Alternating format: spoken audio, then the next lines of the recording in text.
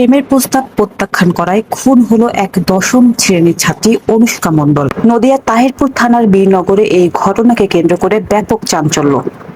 অভিযুক্ত তরুণকে গ্রেফতার করেছে তাহিরপুর থানা পুলিশ। রাত হলেও ফেরেনি বাড়ি। পরিবারের সদস্যরা আশেপাশে খুঁজেও তাকে পাননি। অবশেষে গভীর রাতে স্থানীয় পুকুরের ধার থেকে উদ্ধার হয় অনুষ্কার মৃতদেহ। প্রায় 15 বছরের অনুষ্কার অকাল মৃত্যুতে শোকের ছায়া নেমে এসেছে বন্ধু বান্ধব ও প্রতিবেশীদের মধ্যে। পরিবারের অভিযোগ, দীর্ঘদিন ধরে প্রেমের প্রস্তাব দিয়ে বিরক্ত করছিল স্থানীয় এক তরুণ। প্রস্তাবে রাজি না হয় তাকে তুলে নিয়ে খুন করা হয়েছে। অভিযোগের ভিত্তিতে অ্যাকশনে নেমে অভিযুক্তকে গ্রেফতার করেছে পুলিশ। শনিবারই তাকে তোলা হয় রানাঘাট মহকুমা আদালতে।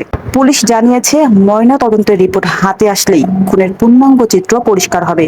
অন্যদিকে অভিযুক্ত কঠোর শাস্তির দাবি জানিয়েছে পরিবার ও স্থানীয়রা। প্রেমের প্রস্তাব প্রত্যাখ্যান করে খুন হওয়ার ঘটনা 1 মাস আগেও ঘটেছিল কৃষ্ণনগরে। ছাত্রী ইশিকা মল্লিককে গুলি করে হত্যা করেছিল তার প্রাক্তন প্রেমিক দেশরাজ। তাহিরপুরে ফের একই ঘটনার শোক আর ক্ষোভে ফুঁসছে সাধারণ মানুষ। 8টা সাড়ে 8টা নাগাদ মেয়ে আমার বাড়িতে গেছে, বলছে যে অনুষ্কা আইছে। আমরা বললাম না, ও তো আসেনি। ও তো পড়ার জন্য টাইম ওভার হয়ে গেলো, 8টায় পড়া।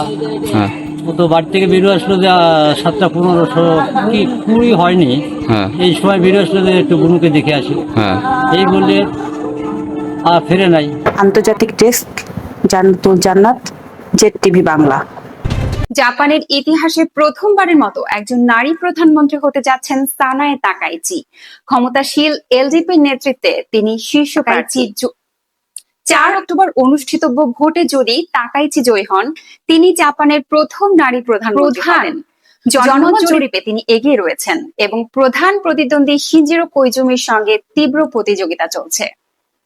জাপান এখন লিঙ্গ সমতায় পিছিয়ে।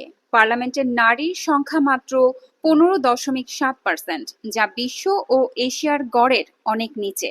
নিজের নার্সিং ও কেয়ার গিভিং অভিজ্ঞতা উল্লেখ করে তাকাইচি বলেন, কাউকেই কাজ ছেড়ে দিতে হবে না শিশু পালন বা শিক্ষার কারণে। তিনি বেবি সিটার খরচ ও ইনহাউস চাইল্ড কেয়ারকে কর ছাড়ের আওতায় আনার প্রতিশ্রুতি দিয়েছেন। 4 অক্টোবরের ভোট নির্ধারণ করবে ইতিহাসের প্রথম নারী প্রধানমন্ত্রী হিসেবে তাকাইচি দেশকে নতুন নেতৃত্ব দেবে কিনা।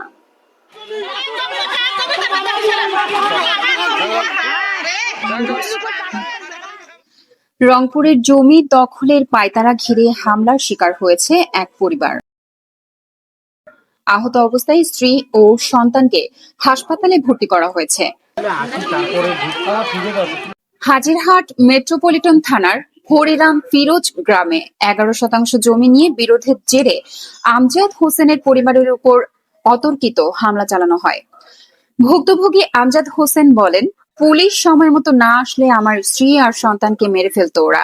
এখন তারা রংপুর মেডিকেল কলেজ হাসপাতালে চিকিৎসাধীন।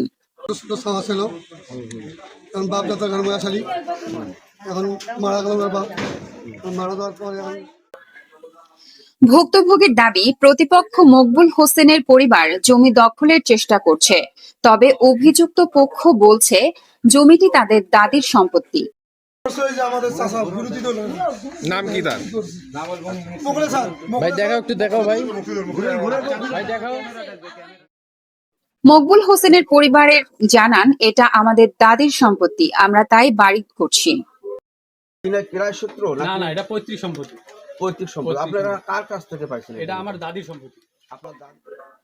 বিষয়টি নিয়ে হাজিরহাট থানার এসআই সালাম জানান, উভয় পক্ষকে মীমাংসার পরামর্শ দিয়ে ঘটনাস্থল ত্যাগ করেছে পুলিশ।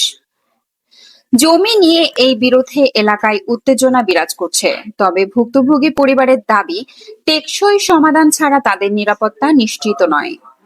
তারপর আমাকে ইট দিয়ে ঢালাইছে, ইটটা আমার মাথার লাগবে ছিল, আমি এইভাবে ধরছি, আমার হাতে আসি লাগছে, তারপর আমি বাইরে। রাজনীতিতে ডিগবাজির অভিযোগ শোনা যায় হার হামেশাই। তবে এবার খেলার মাঠে সত্যিকারের ডিগবাজি খেলে চমক দেখালেন বাঁকুড়িয়ার বিজেপি বিধায়ক নীলাদ্রি শেখর দানা। ভিডিও ভাইরাল হতেই শুরু হয়েছে রাজনৈতিক তরজা। বাঁকুড়া শহর লাগোয়া নবজীবনপুর ফুটবল মাঠে আয়োজিত নরেন্দ্র কাপ ফাইনাল ম্যাচে বাঁকুড়া বিধানসভা দল জিততেই আনন্দে মাঠে ডিগবাজি খান বিজেপি বিধায়ক। নিজের ফেসবুক ওয়ালে পোস্ট করার পর মুহূর্তেই ভাইরাল হয় ভিডিওটি। এরপরই কটাক্ষ করে মাঠে নামে তৃণমূল কংগ্রেস। ভোট আসছে বলেই এখন বিধায়ক ডিগবাজি খেলছেন, গত 5 বছরে তো মানুষের পাশে দেখা যায়নি। অভিযোগ উড়িয়ে দিয়ে বিজেপি বিধায়ক জানান, আমার ছোটবেলাতে মাঠ হচ্ছে আমার জীবন ছিল। আমি বাংলাতে অ্যাথলেটিক্সে আমি মিট করেছি এবং আমার সেই জায়গা থেকে আমি 2খানা চাকরিও পেয়েছিলাম, প্রথম রেল এবং দ্বিতীয় হচ্ছে ইস্টার্ন অ্যান্ড কোলফিল্ডসে। আমি চাকরি করেও এই সংগঠনের সাথে সমাজের সাথে যুক্ত হয়ে যাওয়ার জন্য 2টো চাকরি আমার পরপর ছাড়তে হয়েছে এবং আমার পিএ ট্রেনিংরত, আমার ফিজিক্যাল এডুকেশনটা আমি নিজে আমার ট্রেনিং রয়েছে। ওদের ফুটবল খেলা হচ্ছে, সেখানে আমার নিজস্ব টিম রয়েছে, সেই টিম জিতছে। এবার আমি ভাবতেই পারিনি যে আবেগে আমি ডিগবাজি দেব। আফগানিস্তানের বাগরাম বিমান ঘাঁটি ফেরত পাওয়ার দাবি জানিয়েছেন প্রাক্তন মার্কিন প্রেসিডেন্ট ডোনাল্ড ট্রাম্প। তবে কাবুলের আফগান কর্তৃপক্ষ জানিয়েছেন 1 ইঞ্চি জমিও দিতে রাজি নয়। 2021 সালে তালেবানের অগ্রগতি ও মার্কিন সেনাদের হঠাৎ প্রত্যাহারের পর এই ঘাঁটির গুরুত্ব কৌশলগত দিক থেকে বেড়ে গেছে।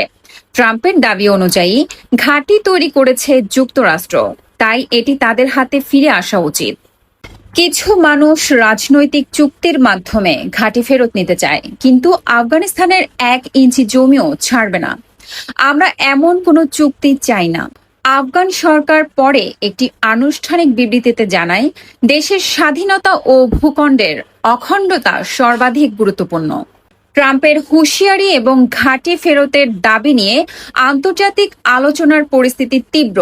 তিনি জানিয়েছেন, যদি ঘাঁটি ফেরত না দেয়া হয়, আপনারা দেখতে পারবেন আমি কি করতে যাচ্ছি।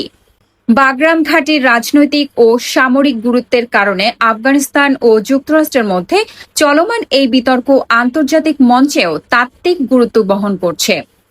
4 বছর আগে তালেবানের অগ্রগতিতে ছাড়ার পর আফগান সেনাবাহিনী ভেঙে পড়েছিল।